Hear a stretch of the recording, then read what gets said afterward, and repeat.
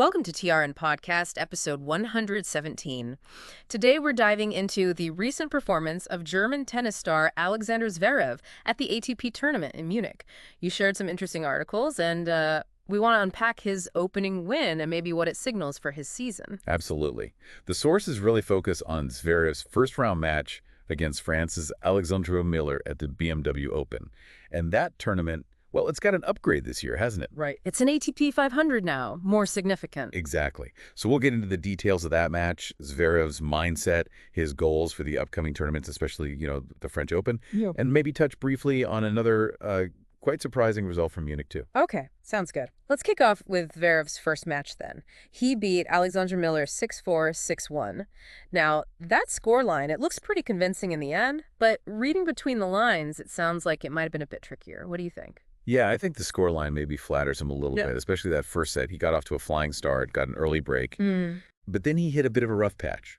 Müller played well. Zverev made some, let's say, uncharacteristic errors. Müller actually broke back to make it 3-3. What happened next, though, was quite telling, I thought. How so? The articles mention Zverev showing clear relief, shouting, "Let's go," after breaking for 5-4 in that first set, and then closing it out with a strong volley. Sounds quite emotional. Definitely. You could almost feel the weight lift off his shoulders. Remember, this comes after what the sources called very disappointing weeks, which is, well, a surprising thing to hear after an Australian Open final appearance. It really is. So he was probably feeling the pressure a bit. But then, in the second set, he really stepped up, found his game, got 2 more breaks. The whole thing took about 80 minutes. So yeah, solid start, even if it was a bit shaky at first. Those very disappointing weeks after a slam final. That's quite something. And he apparently called his decision to play smaller tournaments in South America a mistake. Yeah, seems he felt that might have backfired. And then not getting past the quarters at Indian Wells, Miami, and Monte Carlo. What does that tell us about where he's at mentally, his expectations? It feels like maybe he learned something there. Perhaps those smaller events weren't the right prep, or maybe he just hit a dip after Melbourne. The Masters results, definitely not what he wanted. But what's interesting is how much he's emphasizing his confidence is still there. He's very clear. Paris, the French Open, that's the main target. Munich seems to be viewed as a crucial part of that buildup. So what are his specific goals in Munich then? It must be more than just match practice. Oh, for sure. He's looking to build that self-belief back up, obviously, and grab important world ranking points. Right. Seeding for Roland Garros is always key. Absolutely. You want to avoid the other top guys early, if you can. Every win here helps with confidence and strengthens his position for Paris. And, there's the local angle, too. He wants to win his 3rd title here at the BMW Open, which would tie Philipp Kohlschreiber's record. That's definitely extra motivation playing at home. It's interesting that he called Müller a super clay court player. Shows respect, doesn't it? A realistic view of the challenge. Exactly. And him saying it was a good start, despite the early wobble, suggests he's reasonably satisfied. He talked about wanting a long week in Munich, playing his best tennis. He clearly sees this first win as just, step one. The conditions seem decent, too. Nice weather, and the reports mentioned his Spiel on, his sort of playful mood at the start. That must help. Little things like that can make a difference, yeah.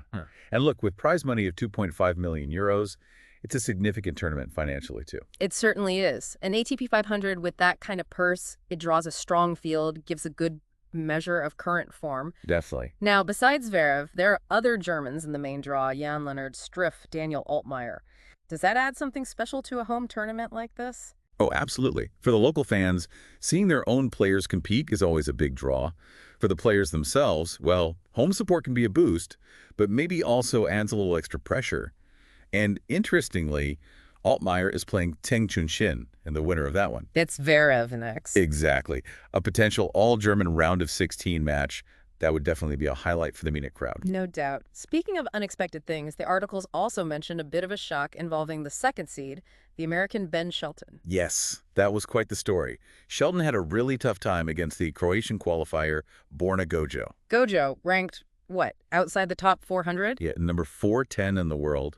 Shelton had to save 3 match points before just scraping through 4-6, 7-6, 7-6. It took him ages. Wow. That just underlines how unpredictable tennis can be, right? You can't take anyone lightly. Not at all. Especially a qualifier who's probably playing freely, nothing to lose. For Shelton, seeded number 2, facing someone ranked that low.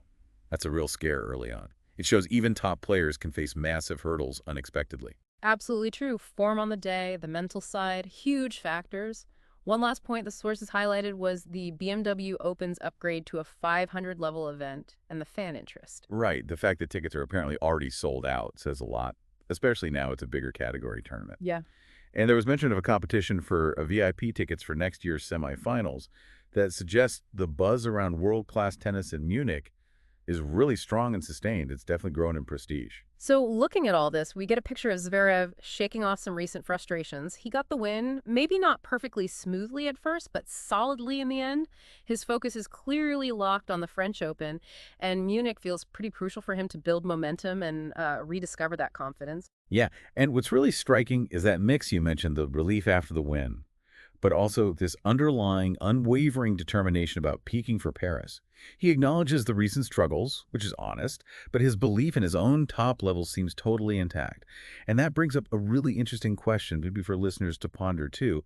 How much does early success in a tournament like Munich, an ATP 500, realistically translate to performance in a massive event like a Grand Slam, like the French Open? That's a great point. Is it a true indicator or just a stepping stone, something to definitely keep an eye on as the clay season really gets going?